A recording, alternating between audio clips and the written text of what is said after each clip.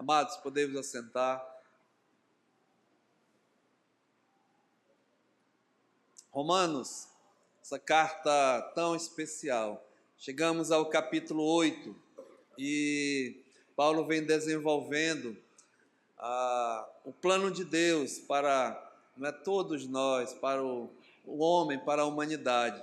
E chega aqui nesse capítulo 8, no verso 1, há uma declaração, uma afirmação, uma constatação. Paulo, escrevendo sob a direção do Espírito Santo, ele diz assim: agora, pois já, nenhuma condenação há para os que estão em Cristo Jesus. Um privilégio, que um homem e uma mulher assim pode receber a justificação, a salvação, a libertação, livres mesmo da condenação, da penalidade do pecado. Pois, nós sabemos, a Bíblia declara que o homem, por natureza, por nascimento, ele já nasce filho da desobediência, filho mesmo do pecado, já traz como herança, uma herança maldita,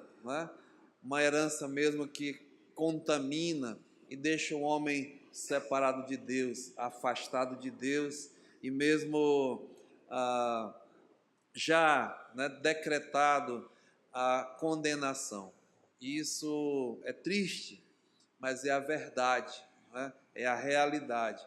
Então, o Senhor Deus, Ele maravilhosamente teve misericórdia, pena, compaixão, compadeceu-se de nós e não nos deixou sós, perdidos, sem esperança, mas enviou Jesus Cristo. E Ele é a propiciação, o sacrifício pelo pecado, porque a Bíblia, a palavra de Deus, exige obediência, exige mesmo temor, exige mesmo tudo em relação a Deus. E o homem nessa condição, infelizmente, ele não obedece a Deus, muito pelo contrário, ele é um rebelde, a rebelião contra Deus. Então Jesus Cristo veio e realizou a obra redentora, a obra mesmo que nos liberta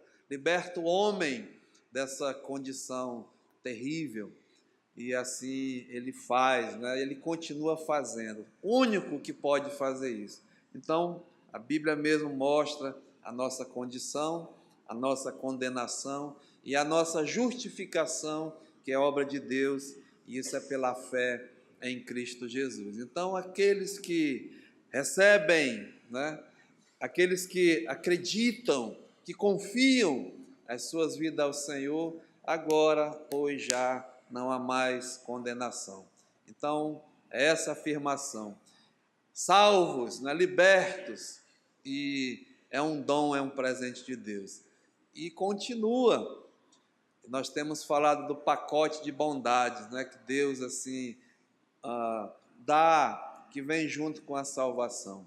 E o Espírito Santo é parte disso. Ele é o selo, ele é a garantia que nós somos filhos de Deus. E eu sempre friso, não é a igreja que garante que você e eu somos filhos de Deus. Não é pastor, não é batismo, não, nada disso. O que garante alguém ser filho de Deus é a presença do Espírito Santo. Deus implanta nos nossos corações o Espírito Santo. Então, Ele nos faz, nos torna, nos adota na sua família. Fazemos parte da família de Deus. Então, Paulo vem mostrando isso no capítulo 8. E ele vai nos levar ao fim, a salvação completa, que é a nossa glorificação.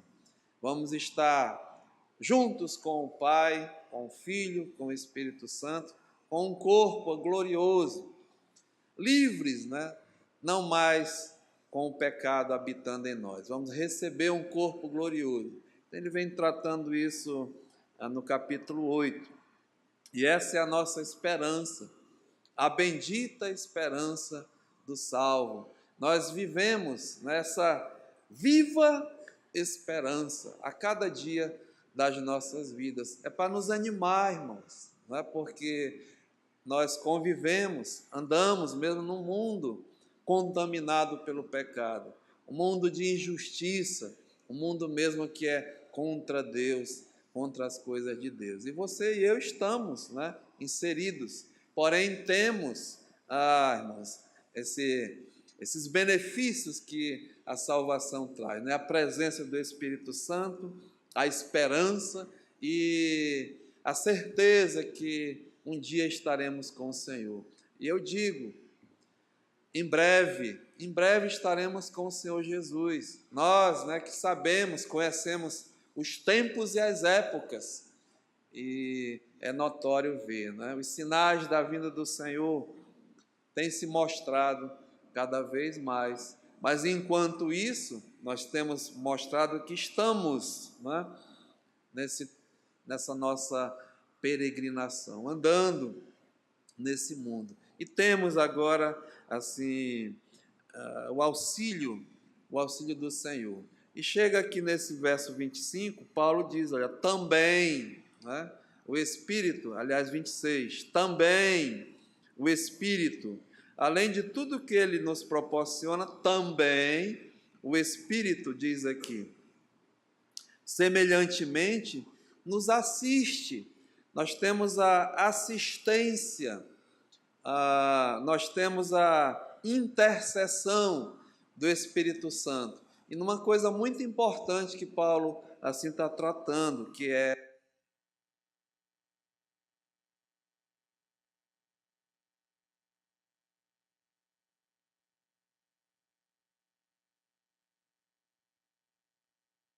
que não sabemos orar como convém, mas o mesmo Espírito intercede por nós sobremaneira com gemidos inexprimíveis.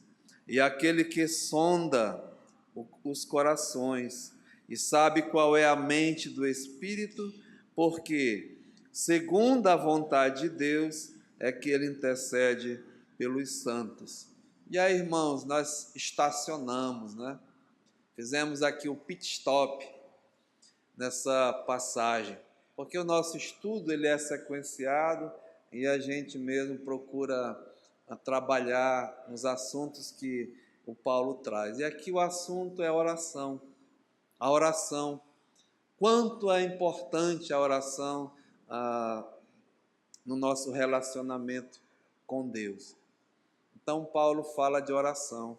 E nos alerta aqui, nos mostra que, olha, nós não sabemos orar como convém. Não sabemos orar. Interessante, né? E ele faz questão de dizer que como nós não sabemos orar, ou seja, a nossa ignorância, né, em relação à oração, e também devido à nossa fraqueza, à nossa incapacidade, Deus nos dá o Espírito Santo como o nosso auxílio, né, a nossa assistência, a nossa intercessão.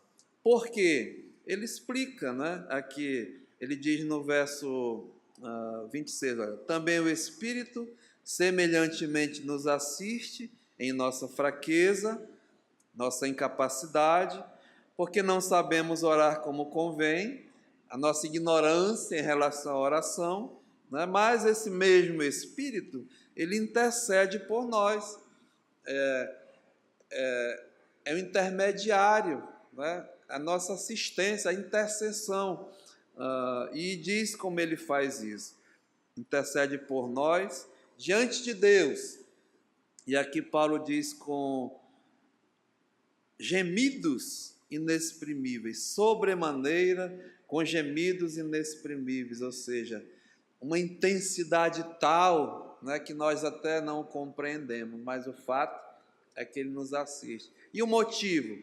Paulo diz, porque aquele que sonda os corações que é Deus, né? Deus conhece, Deus sabe verdadeiramente o que se passa no meu coração, no teu coração. Eu não sei, nenhum homem tem essa capacidade, não é? Mas Deus sabe, Ele conhece as nossas vidas, a minha vida. E eu brinquei, né? Ele conhece tintim por tintim da sua vida, da minha vida. Então Ele sabe, Ele conhece, diz aqui, Ele que sonda os corações. E é Ele também, né, que sabe e conhece a mente do Espírito. É difícil a gente explicar isso, porque é muito profundo, é grandioso. Nós sabemos um Deus triuno, um Deus 3 vezes santo, um Deus em 3 pessoas, mas com funções, não é, distintas. E Deus sabe aqui, conhece, diz a mente do Espírito. Por quê? É segundo a vontade de Deus, é segundo a vontade de Deus que Ele, ou seja, o Espírito Santo, intercede por nós. Então, precisamos, né, do auxílio, da intercessão, até na maneira de orar, porque nós não sabemos orar como convém. E eu tenho explicado sobre isso, irmãos, porque é muito importante o nosso aprendizado em relação à oração, né? Nós pensamos muitas vezes que estamos orando da maneira correta, mas não estamos, porque muitas vezes, e na maioria das vezes, nós sempre oramos pedindo a Deus, não é? Segundo a minha vontade, segundo aquilo que eu aparentemente preciso, ou seja, a minha vontade da carne, né? As minhas prioridades carnais, humanas. E essa não é a oração verdadeira.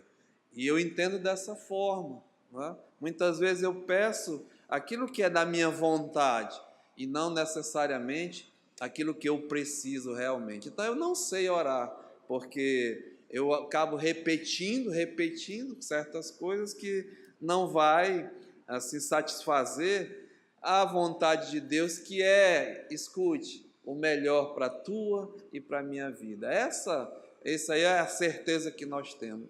Mas o Espírito Santo, né, ele sabe qual é o que é o melhor para as nossas vidas. Então ele intercede muitas vezes.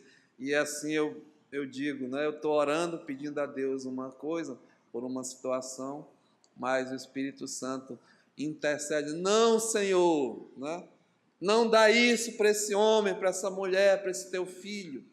Não, porque não é o melhor para a vida dele, de forma nenhuma. Então, muitas vezes, irmãos, as nossas orações, elas não são respondidas.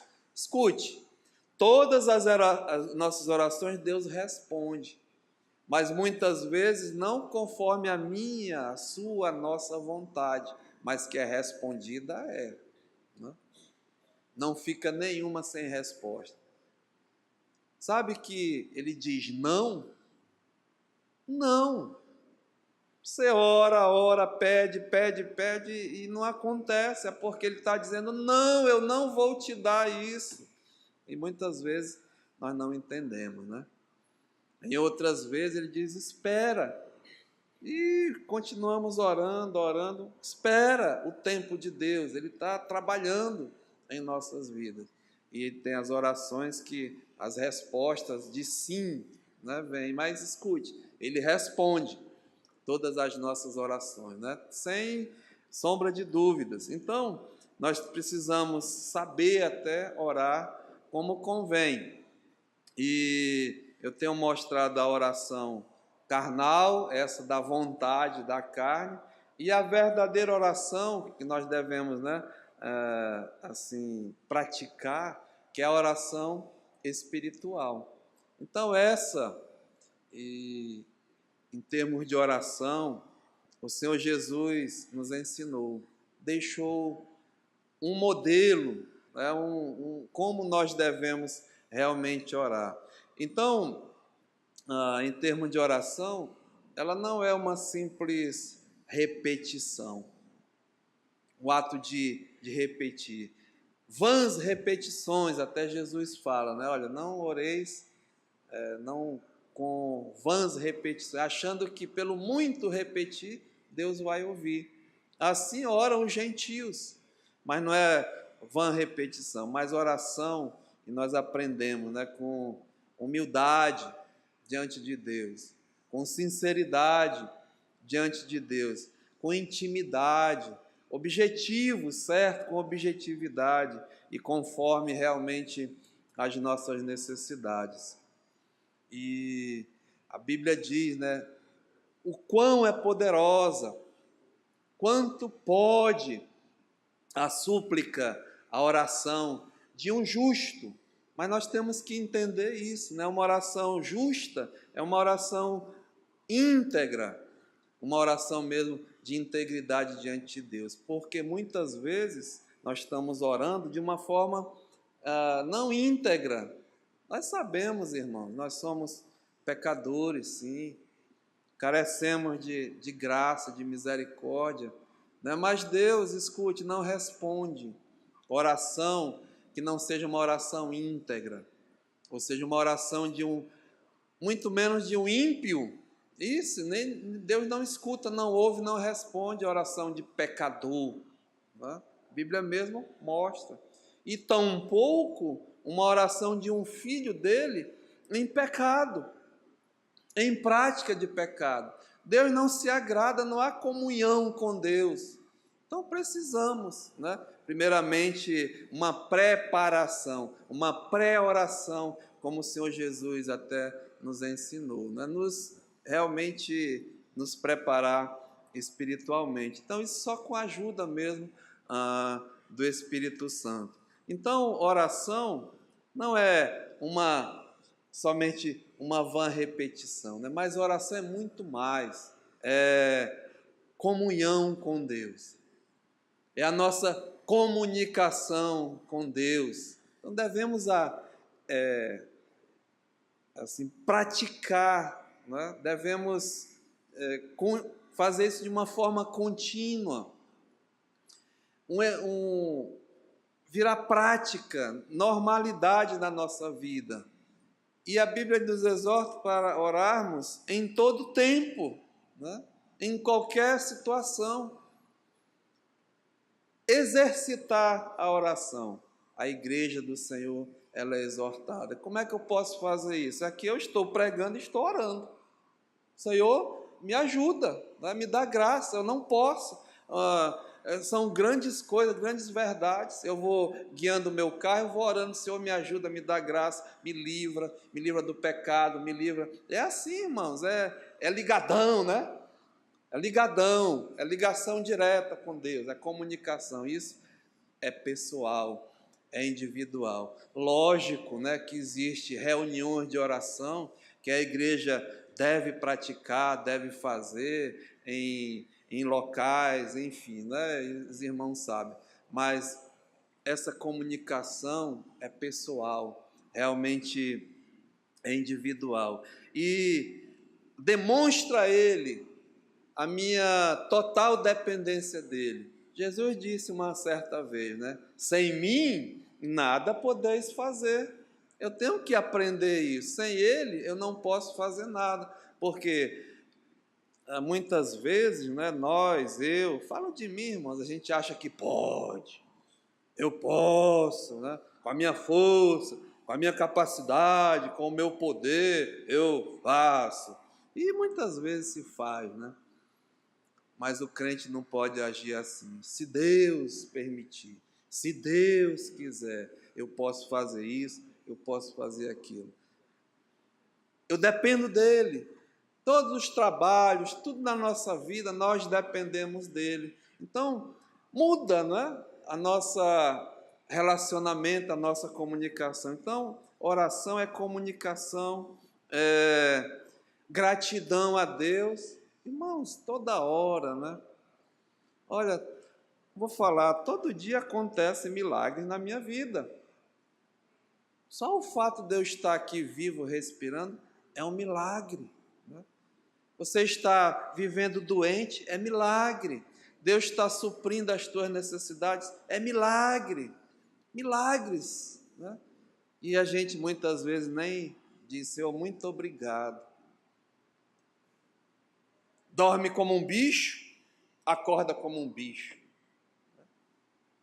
Será que tem crente que, quando antes de deitar, diz, Senhor, muito obrigado pelo dia, por tudo que o Senhor, né?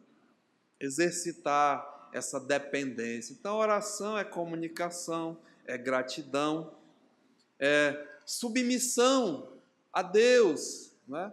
À vontade de Deus. Saber que Ele é soberano, é o Deus da criação, a soberania de Deus. E também, lá no finalzinho, é que a gente pede, né? Mas pedir conforme a vontade de Deus, isso nós não sabemos. Nós somos egoístas, né? Eu quero, estando tudo bem na minha vida, tudo mil maravilha, né? É um paraíso. Não é assim. Infelizmente, nós vivemos num mundo, irmãos, ainda jaz no maligno, né? No pecado. Batalhamos todo dia contra o pecado, esse que habita em mim. Sua maior guerra, sua maior batalha é contra ti mesmo, é contra eu mesmo, é contra o pecado. E pela graça de Deus, nós temos a oração. Esse homem Paulo, né?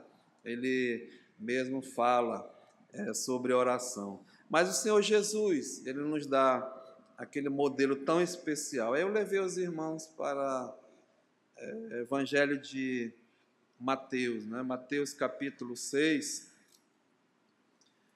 e Jesus aqui nos ensina um modelo de oração, como nós devemos realmente orar. Mateus capítulo 6, a partir do verso 9, ele diz assim: portanto, vós orareis assim. E do 5 ao 8, ele disse: vós não deveis orar assim, né? Uma preparação como nós não devemos orar. Eu gastei um bom tempo mostrando para os irmãos, né? Como nós não devemos orar e como nós devemos orar. Ou seja, típica de uma oração carnal e como nós devemos orar, que é uma oração espiritual. Só para ler aqui rapidamente, ele diz assim, olha, como nós não devemos orar. Verso 5, e quando orardes, não sereis como os hipócritas, os orgulhosos, né? Porque gostam de orar em pé nas sinagogas e nos cantos das praças, para serem vistos pelos homens. É uma falsa aparência, é uma atitude para aparecer, né? Não é para Deus, não. Mas diz aqui, em verdade vos digo que eles já receberam a recompensa. É uma oração mesmo de hipocrisia, né? Muito pelo contrário, nós devemos ter humildade na oração. Deus resiste os orgulhosos, os hipócritas, né? Mas exalta os humildes. Aí Jesus compara aqueles dois homens, até pecadores que foram orar, subiram ao templo, né? O fariseu, hipócrita, falso moralista, que dizia, Senhor, eu não sou como aquele publicano, né? Aquele homem. Aí ele fala o que ele faz, o que ele pratica, e até acredito com sinceridade, né? E ele acusa o outro, aquele pecador, eu sou melhor do que ele, né? Enfim. E aí o publicano, que era à vista do povo, né, escorraçado, era coletor de imposto, era um homem mesmo mal visto pela sociedade, e até mesmo a maioria deles, se não todos, né, eram roubadores, sim. Eram funcionários públicos corruptos, né? Eram corruptos, tirava do povo. Então, esse homem disse, Senhor, né? Não teve nem coragem de levantar os olhos ao céu, mas batia no peito: tem misericórdia, ser propício a mim, pecador. E a Bíblia diz que ele saiu justificado diante de Deus, né?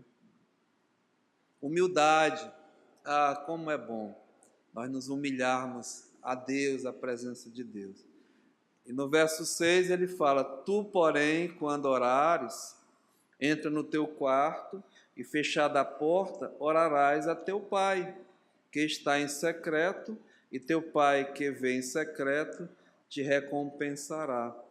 Aí nós colocamos assim a intimidade, né, na oração. Vai, fecha o quarto, Jesus disse, ora em silêncio. A oração individual, a oração mesmo particular. E nós temos a oração pública, onde nós nos reunimos e oramos publicamente, né? Mas essa intimidade com o Senhor. Verso 7, e orando, não useis de vãs repetições como os gentios, porque presumem, acham, né, que pelo seu muito falar serão ouvidos. E aí eu, com todo respeito, sem ofender ninguém, falei, né, a maior religião no nosso país, ela ensina a rezar, faz um esquema, tem até um texto, né, vãs repetições, e repete, acha que, né, pessoas sinceras, até rezando, repetindo essa oração que Jesus ensinou. É como se fosse um amuleto, né? Eu assisti vários jogos da Copa, estamos fora, né? Mas muitos, eles rezam um Pai Nosso, né? Uma Ave Maria, e assim vai, em esportes, em várias coisas. Eu já vi também roqueiros, músicos, mas esse pessoal é um amuleto. Vamos rezar um Pai Nosso aqui para começar a fazer um negócio, né? Acha que está sendo ouvido. Vãs repetições, não. Diz aqui a palavra, o Senhor Jesus está dizendo, olha, não vos assemelheis, não useis de vãs repetições, porque presumem, acham que pelo muito falar serão ouvidos. Objetividade na oração, né? Vamos ser objetivos. E o verso 8 diz aqui, olha, não vos assemelheis, pois, a ele, não se compara, não imitem eles. Porque Deus, irmão, isso é tão bonito, né? Jesus está dizendo, Deus, o vosso Pai, sabe o de que tendes necessidades, antes que lhe o peçais. Você sabe disso, irmão? Deus sabe tudo o que tu precisas, e eu, antes de eu pedir, como um pai, eu sou pai, né? Eu tenho dito para os irmãos, eu sei quais as necessidades dos meus filhos, e eu sei que eles têm muitas vontades, né? E como um bom pai, muitas vezes eu não fiz as vontades dos meus filhos, porque eu sabia que a vontade deles não era o melhor para a vida deles. Mas eu, como um pai, sabia e eu não dava, né? E ficava emburrado e não sei o que. A gente foi trabalhando, né? Mas sempre dei na medida certa, até podendo, mas retia para o bem deles, para o futuro deles. E eu espero, sinceramente, que eles façam isso com os seus filhos, né? Daqui a pouco vai chegar aí os netinhos, né? E eu espero, sinceramente, que eles façam isso. Amados irmãos, nunca dê aquilo que teu filho pede. Escute bem, né? Nunca dê aquilo que teu filho pede, mas verifica se aquilo que ele está pedindo é o melhor para a vida dele. Diga não, não e não, né? Tudo na medida certa, no tempo certo. Você vai salvar a vida do teu filho, da tua filha. Vai ficar com raiva, vai bater o pé. Problema dele, né? Tem tudo, tem comida, tem as coisinhas que eles precisam, tem colégio, tem tudo bonitinho, né? Então tem que ter esse controle. Não estou falando aqui de radicalizar, não, mas tudo na medida certa, irmão. Deus faz isso conosco. Ele sabe aquilo que eu preciso, Ele sabe aquilo que eu necessito. Então diz aqui, não vos assemelheis, pois, com eles, porque Deus, o vosso Pai, sabe do que tendes necessidade antes que lhe o peçais. É a famosa necessidade versus vontade, né? Então, vamos orar dessa forma, com humildade, né, com intimidade, objetividade, segundo realmente as nossas necessidades. Sabendo de tudo isso, irmãos, eu ainda não sei orar como convém, né? Por isso que o Espírito Santo intercede sobremaneiras, com gemidos inexprimíveis, porque Ele sabe realmente a vontade de Deus para a minha vida. Jesus está mostrando tudo isso. E eu falo assim porque esse combate até na oração é o combate espiritual com o carnal. Eu continuo sendo carne, né? Eu continuo tendo as minhas vontades. E a Bíblia é bem clara em relação a isso. O homem natural, o homem carnal, anda segundo a vontade de quê? Da carne. Fazendo a vontade da carne e dos pensamentos. Não é essa aqui. Isso não mudou não, irmãos. Mas o homem espiritual, ele tem mesmo que, nós temos aprendido, né? Sacrificar a carne, anular a carne. Isso é uma guerra. E muitas pessoas até vêm conversar comigo, alguns irmãos, pastor e tal. Meu irmão, tu está brigando aí. Tu tem duas pessoas lutando. O velho Herbert, né, e o novo Herbert. A velha natureza com a nova natureza. O crente, ele tem duas naturezas. Naturezas. Né? A velha, o velho homem, e a nova natureza, o novo homem criado em Cristo Jesus. E aí está estabelecido. Enquanto Deus não resolver, né, e Ele vai resolver sim, quando Ele nos transformar esse corpo aqui em um novo corpo glorioso, que eu vou estar livre, sim, da presença do pecado em minha vida. Eu já estou livre, escute, da penalidade, da condenação, isso eu já estou livre. E até também, irmão, do poder do pecado em minha vida. No capítulo 7 nós aprendemos e estudamos isso, né? O pecado não terá domínio sobre nós.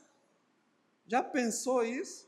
Mas ainda, infelizmente, deixamos, né, o pecado dominar, até reinar. Paulo diz, não reine o pecado nas vossas vidas. Você já foi liberto do pecado, mas muitas vezes nós deixamos, né? Eu digo assim, deixamos porque, sabe, irmãos, sinceramente, eu vou crescendo no sentido de amadurecimento, de maturidade espiritual. Irmãos, eu sei o que é pecado, eu sei o que não presta, mas muitas vezes eu vou testar, eu vou permitir, eu vou dar vantagem, né? Sinceramente, a gente espera, e Deus espera dos seus filhos, um crescimento, um amadurecimento, uma maturidade espiritual. Mas a pessoa insiste, persiste naquelas situações que vê que vai trazer mal para a sua própria vida. Tem poder sim. Não sei o quê, que conversa, sabe? Saiba que a carne é fraca. A carne é fraca.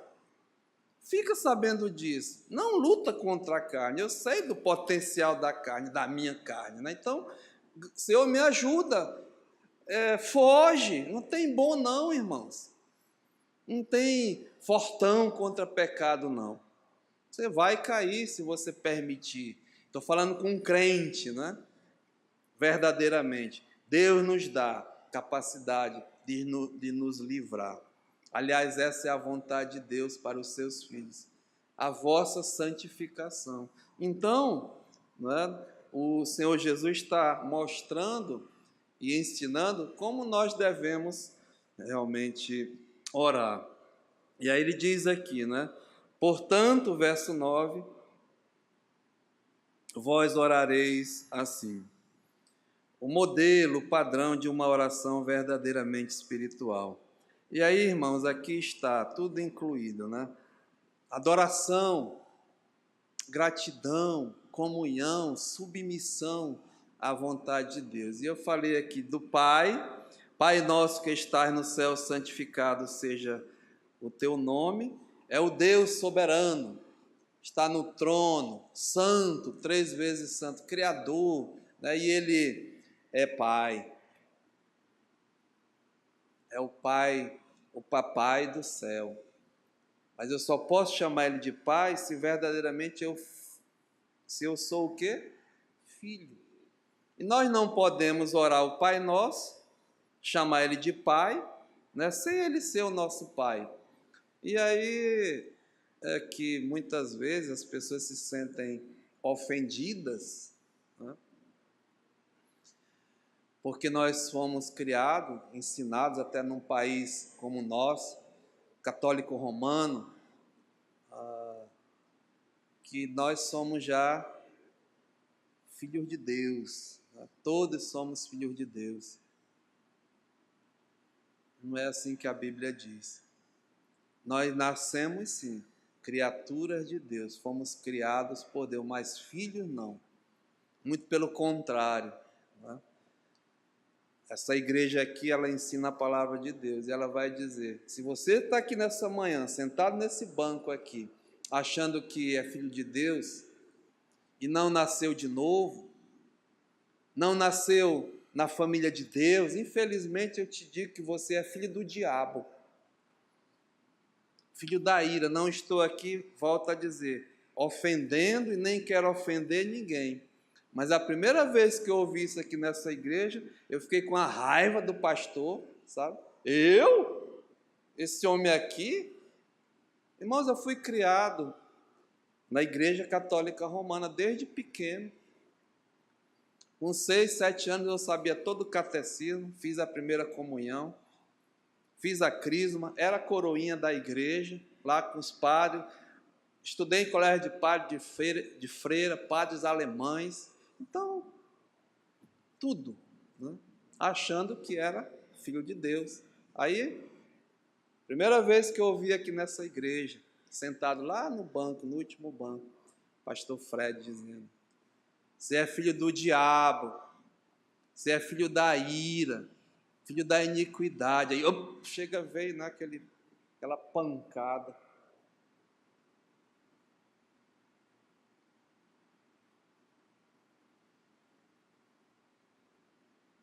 Filho da desobediência. Lá vai o esboço. Uma vez um homem perdeu o esboço, né? Ficou todo atarantado. Mas é assim, né? Então, você pode chamar uma pessoa de pai, você não fazendo parte da família.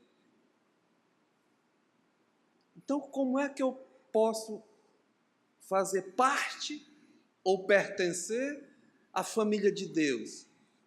Porque tem que ser por nascimento, né? Eu nasci na família Fernandes, então eu sou um Fernandes. Mas em termos espirituais, eu nasci morto em ofensas, em delitos, em pecados, fazendo parte da família do diabo, do Satanás, na qual ele era o meu pai, e é o pai de todos aqueles que nascem nessa condição. Filhos de Adão e Eva, descendente de Adão e Eva, que você e eu somos, espiritualmente. Então você já nasce, olha, morto em delitos e em pecados, espiritualmente falando. Efésios 2, de 1 até 3, relata isso, né? Os judeus, Jesus falando isso, vós sois do diabo, ele que é o vosso pai. Epa, peraí, conversa é essa? Nós temos um pai, e este é Abraão. Como tu vem dizer que nós não somos não somos filhos de Deus. Aí Jesus disse para ele, vocês são filhos de Abraão? Se realmente vocês fossem filhos de Abraão, vós estariam fazendo as obras do vosso pai. Contudo, vocês querem me matar. Abraão, esse fez a vontade de Deus, fez a obra de Deus. Abraão, a Bíblia diz que creu em Deus. Isto lhe foi imputado para a justiça. Então, irmãos, a gente tem que parar e falar essas verdades. Se vai ofender, que se ofenda, mas sabe a verdade. Venha depois ali comigo, pastor, não sei o que e tal, eu vou lhe dar um abraço. Eu quero o teu bem, eu quero a tua salvação. E você tem que saber a verdade. Sabe por quê? Esse Jesus disse, conhecereis a verdade, e a verdade vai libertar. Porque o que liberta é a verdade, irmãos. Tem que falar a verdade, tem que tratar as coisas com a verdade. É duro. Por quê? O oposto da verdade é o quê? A mentira. E Jesus disse, o pai da mentira, o vosso pai, é o diabo, porque ele é mentiroso, ele encobre. Então ninguém pode chamar Deus de pai não sendo filho. Então nós nascemos filhos do diabo, né? Tá certo? Tá certo? Eu acho, né? Tá certo, irmãos. A Bíblia diz. E como agora eu posso chamar ele de pai? Se eu fazer parte da família de Deus. Então eu tenho que, nascer de novo. Tá entendendo? Tem que ter um novo nascimento. Como é que eu vou nascer de novo? Essa foi a grande pergunta do Nicodemos, um religioso, um príncipe em Israel. Ele ficou com essa dúvida, né? Porque Jesus diz, olha, Nicodemos, quem não nascer de novo, ou se não nascer de novo, jamais vai entrar no reino de Deus. Ou seja, jamais vai entrar na família de Deus, vai pertencer a Deus. Tem que ter um novo nascimento, mudar de nome, né? Filho da iniquidade, filho da ira, para se tornar um filho de Deus. E como é que faz isso? Aí Jesus diz, olha, tem que nascer da água e do Espírito, porque aquele que é nascido da carne, é carne. Você e eu nascemos da carne, né? Um nascimento natural. Mas o que é nascido do Espírito é Espírito. E não te admires eu te dizer, olha, não fica abismado, mas tu precisa saber que importa-vos nascer de novo. É necessário nascer de novo para fazer parte dessa família de Deus. Aí ele diz, mas Senhor, eu já sendo homem velho, eu vou ter que voltar novamente para o ventre da minha mãe e nascer uma segunda vez? Aí Jesus foi explicar carinhosamente, né? Tem que nascer da água e do Espírito. Ou seja, é um nascimento espiritual, não mais um carnal. E isso, irmãos, aconteceu na minha vida. Não porque eu sou melhor do que ninguém, mas porque Deus teve misericórdia e me revelou a verdade, né? Conhecereis a verdade. Porque o Paulo diz, depois que ouvistes a palavra da verdade, Efésios 1,13. Então você tem que ouvir a verdade, tem que ser confrontado pela verdade. E a verdade, Paulo diz, o evangelho da vossa salvação. Por quê?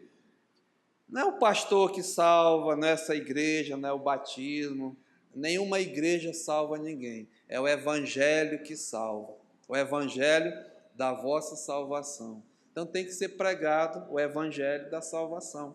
E muitas igrejas estão substituindo o evangelho por um falso evangelho, né? Enganando. Não, vem para cá, a gente ajeita, papaizinho do céu te entende, teu pecadinho e tal. Não, vem para cá, né? está criando um monte de falsos. Quando abriu os olhos, mas Senhor, abre-nos a porta. Nós pregávamos no teu nome, profetizávamos, fazíamos milagres, expulsávamos demônios, enfim, né? Jesus diz: nem todo aquele que me diz Senhor, Senhor, me chama de papai, vai entrar no reino de Deus, não. Então, quem salva, irmãos, é o Evangelho. O Evangelho é que liberta. Por isso que nós temos que pregar o Evangelho. E o que é o Evangelho? A definição de Evangelho. 1 Coríntios, capítulo 15, verso 3 e 4. Que Cristo morreu pelos nossos pecados e é segundo as Escrituras, e que foi sepultado e ressuscitou ao terceiro dia e é segundo as Escrituras. Esse é o Evangelho. Então tem que ouvir a verdade, o Evangelho da vossa salvação, tendo nele também crido, né? Tem que crer. Esse crer, né? Tá bom, eu acredito, né? Eu sei, Deus, Jesus e tal, mas tudo bem, eu vou viver minha vidinha aqui. Tá gostosa a minha vida, né? Tá bom demais. Deixa, tá. Sou evangélico já fui batizado, né? Tá tudo certinho, mas deixa quieto aqui, né? Irmãos, não é assim não. Esse crer é confiar. Esse crer é obedecer, tendo crido, ou seja, é uma obra de Deus. É uma obra de fé, é pela fé que nós cremos na palavra de Deus. E a Bíblia diz que isso não vem de vós. O homem, ele verdadeiramente não crê. Se Deus não abrir o entendimento, não revelar, isso vem pela fé. E a Bíblia diz que pela graça, né, sois salvos. Efésios 2:8. Mediante a fé. Isso não vem de vós, é um presente, é um dom de Deus. Então a fé de acreditar, de crer, ou seja, é confiar a tua vida a esse Jesus. Salmo 37:5 diz: entrega o teu caminho ao Senhor. Entregar é confiar, né? Confia nele e o mais ele fará. Então tem que ter esse passo aí, né? Isso vem de Deus. E como é que acontece a fé, esse processo da fé? Por isso tem que pregar, porque Paulo diz: a fé vem pelo ouvir, e ouvir o quê? A palavra, a mensagem. É isso que eu estou profetizando aqui, pregando. Não é por isso que a gente para, irmãos, é tão importante, porque para orar, talvez você esteja rezando o Pai Nosso sem saber, de uma forma errada, sem ser filho. Então, pela fé, aliás, a fé vem pelo ouvir e ouvir a palavra de Deus, né? Então, depois de tudo isso, há a experiência do novo nascimento. Aquele encontro pessoal com o Senhor, em que você reconhece a podridão que você é, o pecado que habita em ti. Diz: vala-me Deus, ai meu Deus, estou perdido, né? Aí tem que se arrepender. Se arrepender. Confessar o teu pecado e pedir perdão. Aí a Bíblia diz que ele é bondoso, é misericordioso, ele perdoa o pecador. Aliás, essa é a função dele, diz que ele veio buscar e salvar quem? Miseráveis pecadores, perdidos. Então, irmãos, eu faço questão de parar, né, e falar e explicar, porque é assim que nos tornamos um filho de Deus. Então, da água, é isso, é a palavra, né? E do Espírito. Então, veja que é uma obra divina. Não tem, o homem não tem que fazer nada, ele não pode fazer nada, mas pode pregar. Então, Nicodemos tem que ser pela água, que é pela palavra, né? E pelo Espírito. Aí entra o Espírito Santo. O que é que ele faz? Tudo que eu estou falando aqui, irmãos, se o Espírito Santo não te convencer, vai entrar por aqui e sai por aqui, né?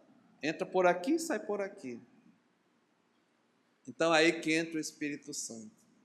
A Bíblia diz que esse Espírito Santo que é o teu intercessor, o salvo, né? Ele passa a ser aquele que vai te convencer. É o mediador, né? Que a Bíblia diz que ele tem esse propósito. Ele convence o homem.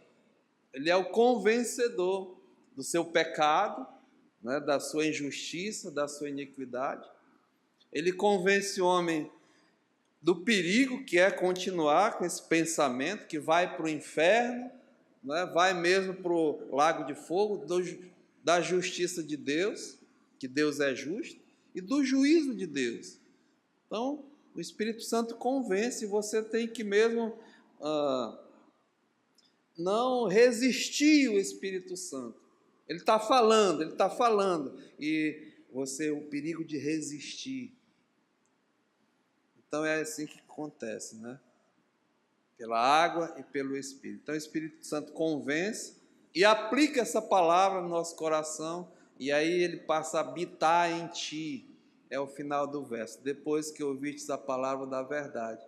Efésios, estou citando 1, 13 e 14. O evangelho da vossa salvação, tendo nele também crido, fostes selados, carimbados. Passa a pertencer agora à família de Deus. Adotado, amado, filho de Deus. É que o Paulo fala em Romanos 8, né? Aquele que tem o Espírito Santo, esse é filho de Deus. Aquele que não tem, esse não é filho de Deus. Pode vir aqui todo domingo, dizer que é da Hebron, dizer que o pastor Herbert te batizou, mas se você não é o nascido de novo, você pode me enganar a igreja, mas não a Deus, né? Tem muito crente aí, que se diz crente, diz evangélico, enganado ainda. Quando abrir os olhos, né, já é tarde. Então, muito cuidado, irmãos, né? Então, Pai nosso que estás no céu, é uma oração de um filho para um pai. Aí falamos disso, mas continua. Diz aqui: Pai nosso que estás no céu, santificado seja o teu nome. Venha o teu reino, né? Aí nós tratamos agora a oração de um súdito para com o seu rei. Pertencemos ao reino de Deus agora. E a vontade é que o reino venha, né, se estabelecer. Eu terminei dizendo: ele reina em tua vida? Não adianta eu pedir o reino se ele não reina na minha vida. Ele é o rei da sua vida, é ele que manda.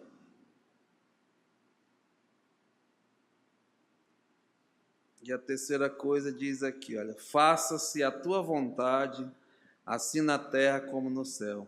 Oração de um filho para o seu pai, oração de um súdito para o seu rei, e agora a oração de um servo, né, para o seu senhor. Faça-se a tua vontade, assim na terra como no céu. E aí, irmãos, eu entrei, mas eu fiz questão de repetir, sabe? Deus sabe por quê. Mas aqui é o servo dizendo ao Senhor: faça-se a tua vontade, assim na terra como no céu. E aí é o clímax dessa oração, né? Lembra no começo? A verdadeira oração é que seja feito segundo a vontade de Deus, não segundo a minha vontade. Porque eu não sei orar, e aqui Jesus está ensinando a um filho dele, né, a orar verdadeiramente. Pai, faça a tua vontade na minha vida. Mas não é da boca para fora, não. É de verdade. É verdadeira. Que vai mexer, irmão, vai abalar, assim, vai mexer com toda a sua vida. A gente repete, mas não deixa, nesse sentido, Deus realmente fazer a vontade dele em nossas vidas. E eu falei que há três maneiras, né? Três reações em relação à vontade de Deus. Fique certo que a vontade de Deus é o melhor para a tua vida. A Bíblia diz que ela é boa, agradável e perfeita. Para Deus, pode não ser para ti, né, nem para mim, mas que é. Isso aí eu te garanto. E homens e mulheres que experimentaram a vontade de Deus nas suas vidas, realmente tiveram umas vidas transformadas. Não foi fácil para nenhum, não, isso eu lhe digo. Essa semana eu estava conversando com o irmão Ari, até sobre livros antigos que acabaram-se, né? Homens de Deus que Deus usou ao longo dos séculos, servos, servas, que deixaram escritos a sua experiência com Deus. Homens que transformaram o mundo, mudaram cidades, países, entraram, né? Foram mortos, enfim, porque fizeram a vontade de Deus. Escolheram o melhor, que é fazer a vontade de Deus, que é servir a Deus.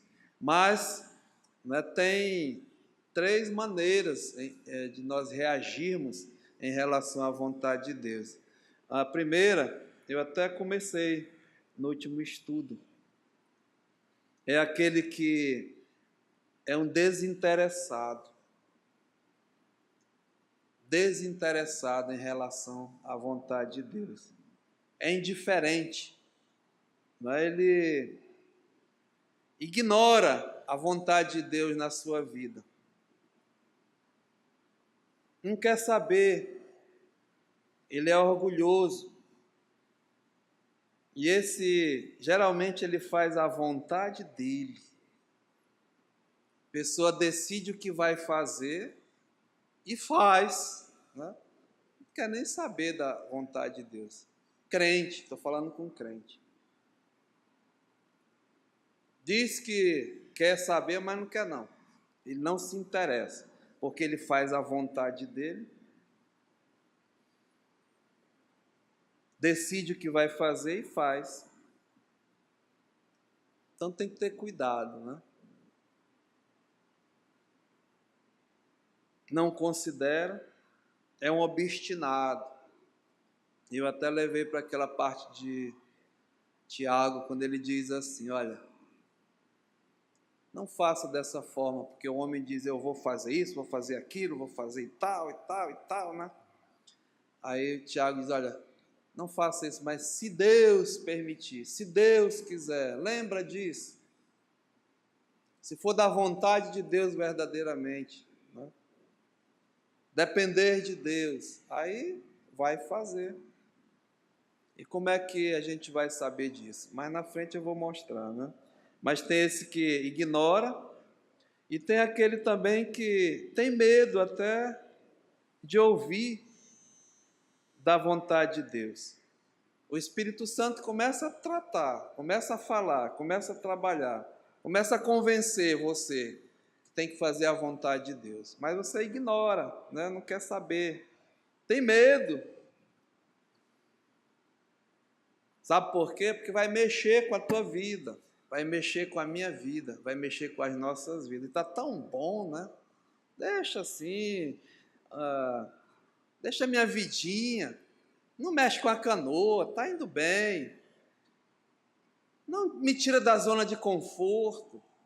Deixa os meus planos seguir, os meus negócios, a minha profissão, está tão bom, meus alvos, meus objetivos, meus propósitos. Não mexa não, espera aí, você vai mexer, né? Tem medo. Tá bom assim, vou vivendo assim, eu coloquei. Sabe, irmãos, eu falo assim porque foi uma experiência pessoal na minha vida. Aconteceu comigo. Mas eu pedia, Senhor, faça a tua vontade na minha vida. Ele mexeu com a minha vida todinha. Tu queres mesmo? mexeu de uma forma maravilhosa, viu? Tem sido muita luta, muita dificuldade, mas eu estou experimentando, tentar viver conforme a vontade de Deus. Não é fácil, não, mas vale a pena, eu lhe digo que é o melhor. E não tenha medo, não, porque eu tinha medo. Era confrontado mesmo, né? Mensagem após mensagem. Rapaz, o que está fazendo aí? Tu não foi salvo para ir para o céu? Não, ele dizia, no bom sentido. Tu foi salvo para servir, ver os missionários, os campos e tal. É a mensagem dessa igreja aqui, né? Mensagem mesmo de servir a Deus, confrontar nossas vidas. Mesmo servir aqui, tu começa em Jerusalém. Eu vi até uma brincadeira dos jovens aí sobre vir para a ceia, né? É um sacrifício um jovem vir para a ceia, dorme muito. Tenha vergonha, meu irmão. Não faz nada, domingo, né? Acorda cedo, toma um banho, vem para a ceia. Quer servir a Deus? Sabe, você tinha que ter medo. Escute, é de estar fora da vontade de Deus. Isso eu tenho um pavor. Morro de medo de estar fora da vontade de Deus. Isso que você devia ter medo. Não da vontade de Deus. Mas não se interessa, né? É um desinteressado. Então, vai pedir, faça a tua vontade, ele vai fazer. Mas se prepara, né? Porque vai mexer com a tua vida. Eu digo, vai mexer para melhor, viu, irmãos?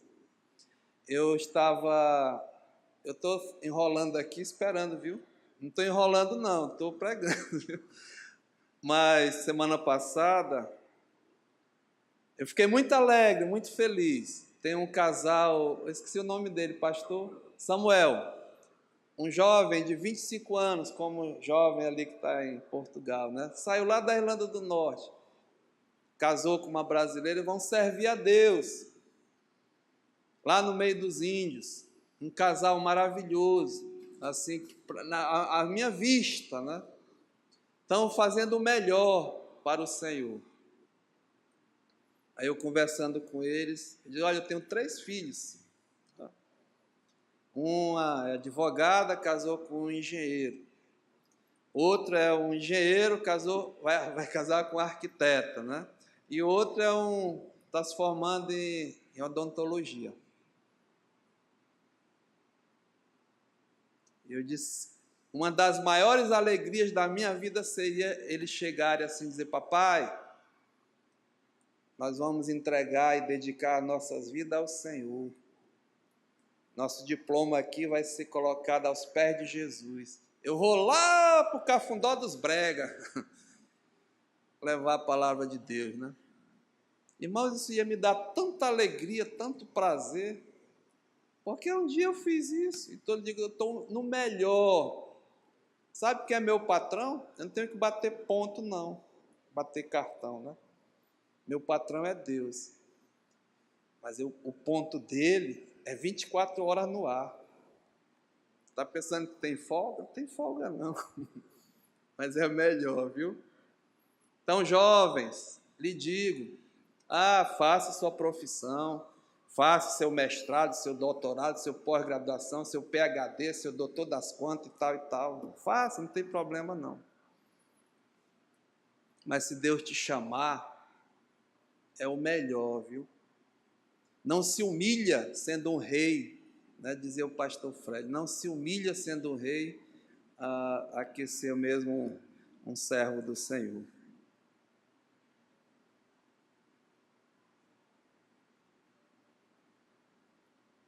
É para pensar, né? Parar para pensar. O que eu estou fazendo hoje para o Senhor? Eu estou fazendo mesmo a vontade, então eu posso orar, Pai, faça a tua vontade, assim na terra como no céu.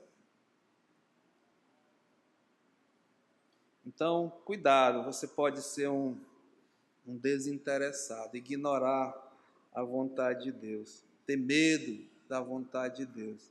Segunda coisa é saber a vontade de Deus, saber mesmo a vontade de Deus e desobedecer. Antes era um desinteressado, né? Não queria nada, mas agora é saber a vontade de Deus e desobedecer, ou seja, ser um desobediente. E a Bíblia tem ilustrações sobre isso. Desobedecer à vontade de Deus. Eu vou deixar para a semana. E a terceira coisa é saber a vontade de Deus e agora obedecer, né? Ser um obediente. Então, que a nossa oração possa ser mesmo: Pai nosso que estás no céu, santificado seja o teu nome. Venha o teu reino, faça a tua vontade na minha vida, assim na terra como no céu. E sabe, irmão, nessa manhã aqui, eu vou terminar dizendo rapidamente para você. Sabe qual é a vontade de Deus? Já, logo, agora, para a tua vida. Ele diz assim: a minha vontade é a vossa santificação. Então começa exercitando mais a minha santificação. Essa é a vontade de Deus para a sua igreja. E sabe, se alguém entre nós que não é salvo, sabe qual é a vontade de Deus para a tua vida? A Bíblia diz: Deus, a sua vontade é que nenhum homem pereça, mas que cada um chegue ao arrependimento. Então a vontade de Deus é que você não vá para o inferno, para o lago de fogo, mas se arrependa do teu pecado. Creia em Jesus como teu Salvador. E a vontade de Deus para o crente começa com a santificação que você vai ver, né? Que vai acontecer. Maravilhas. Pai, muito obrigado, Senhor. Nos ajuda realmente a entender até essa preciosa oração. Reconhecemos que somos fracos, reconhecemos a nossa incapacidade, reconhecemos a nossa ignorância, até em não saber orar como convém. Mas que o Teu Santo Espírito interceda por nós, trabalhando na minha vida, especialmente, Pai, na vida dos meus irmãos também. Que possamos entender realmente a diferença da oração segundo a Tua vontade e segundo a nossa vontade. A diferença de uma oração individual, para si mesmo, carnal, de uma oração espiritual que é mesmo conforme o Senhor quer para cada um de nós. Nos ajuda e continua, Pai, conosco. Aceita a nossa gratidão. No nome de Jesus, amém.